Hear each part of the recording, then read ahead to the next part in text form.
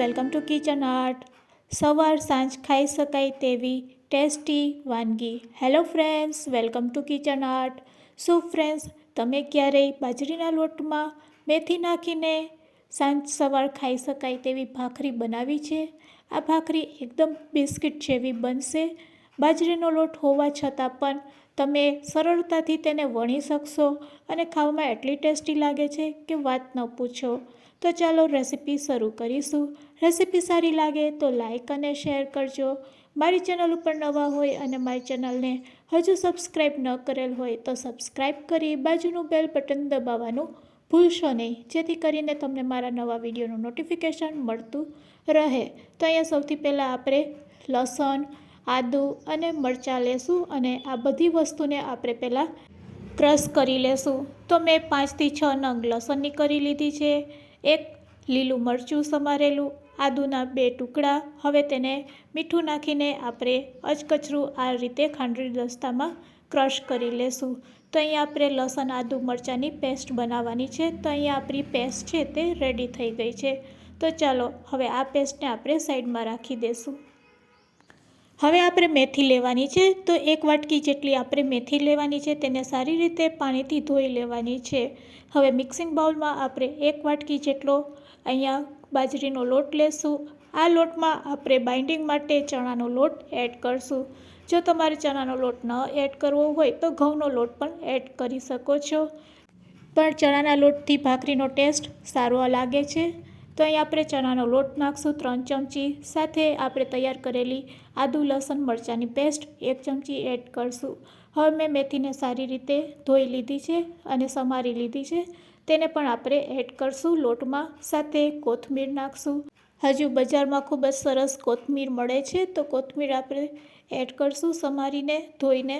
સાથે તેમાં મીઠું એડ કરશું, સ્વાદ મુજબ મીઠું નાખી દઈશું. હવે બધા મસાલા નાખવાના છે. તો અહીં આપણે રૂટિન મસાલા જ એડ કરવાના છે. બસ હળદર, મીઠું અને ધાણા જીરું પાવડર. આ ભાખરીને તમે સવારના ચા સાથે તેમજ સાંજે પણ ચટણી સાથે એન્જોય કરી શકો છો. એટલી ટેસ્ટી લાગે છે કે વાત ન પૂછો. જો તમે બાજરીના લોટની ક્યારેય ભાખરી ટ્રાય ન કરેલ હોય આ રીતે મેથી નાખીને, તો ચોક્કસથી ટ્રાય કરજો. તો અહીંયા ચપટીક હળદર, ચપટીક ધાણા જીરું પાવડર અને અડધી ચમચી લાલ મરચું પાવડર એડ કરેલું છે. અડધી ચમચી જેટલું તેલ એડ કરી દઈશું અને બસ બધી વસ્તુને પહેલાં હાથેથી આ રીતે મિક્સ કરી લેવાનું છે. અહીંયા પાણી આપણે અત્યારે બિલકુલ નથી નાખવાનું.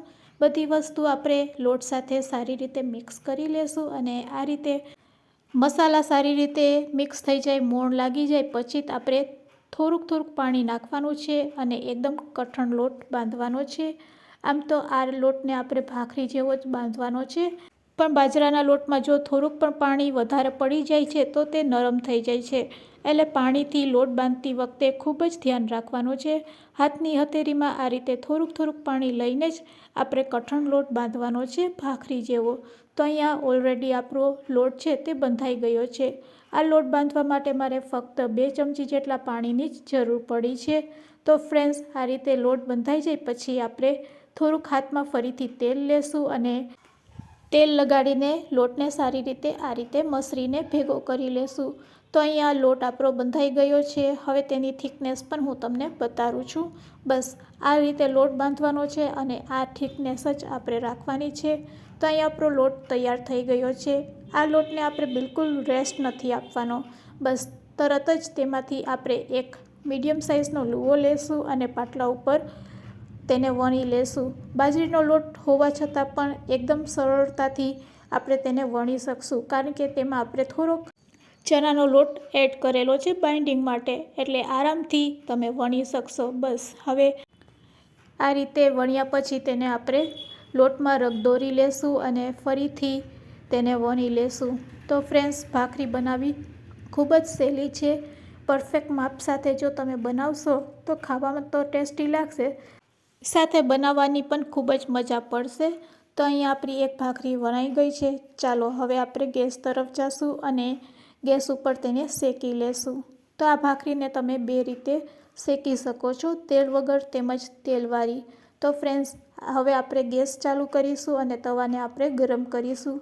તવો સારો એવો ગરમ થઈ જાય પછી જ આપણે તેના ઉપર ભાખરીને પકાવીશું.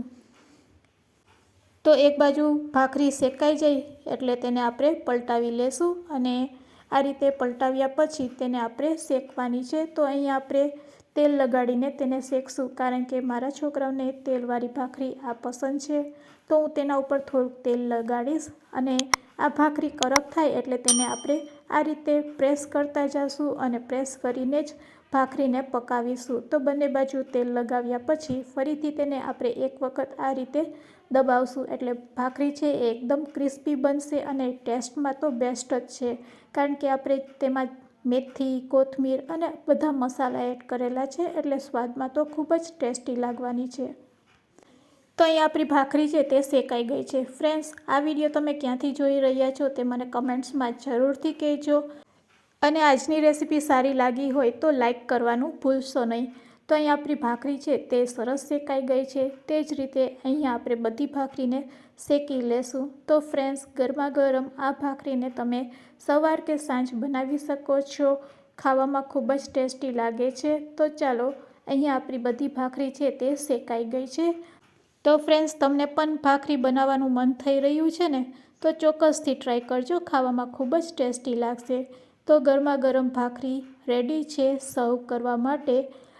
આ ભાખરી સાથે આપણે ચટપટી ટમેટાની ચટણી સર્વ કરીશું અને આ ચટણી જો તમારે પણ બનાવવી હોય તો તેની લિંક મેં ડિસ્ક્રિપ્શન બોક્સમાં આપેલી છે, તમે ત્યાંથી જોઈ શકો છો. અત્યારે આ સિઝનમાં લીલું લસણ મળે છે તો લસણ વઘારેલું પણ તમે ભાખરી સાથે એન્જોય કરી શકો છો.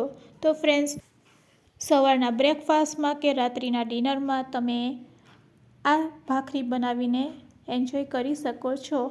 હું તમને ટેસ્ટ કરીને પણ બતાવું છું. વાવ ફ્રેન્ડ્સ, ખરેખર ખૂબ જ સરસ લાગી રહી છે. ચોક્કસથી તમે પણ ટ્રાય કરજો. રેસીપી સારી લાગી હોય તો તમારા ફ્રેન્ડ્સ, મિત્ર અને ગ્રુપમાં શેર કરવાનું ભૂલશો નહીં. Thanks for watching. ફરી મળીશું એક નવી રેસીપી સાથે.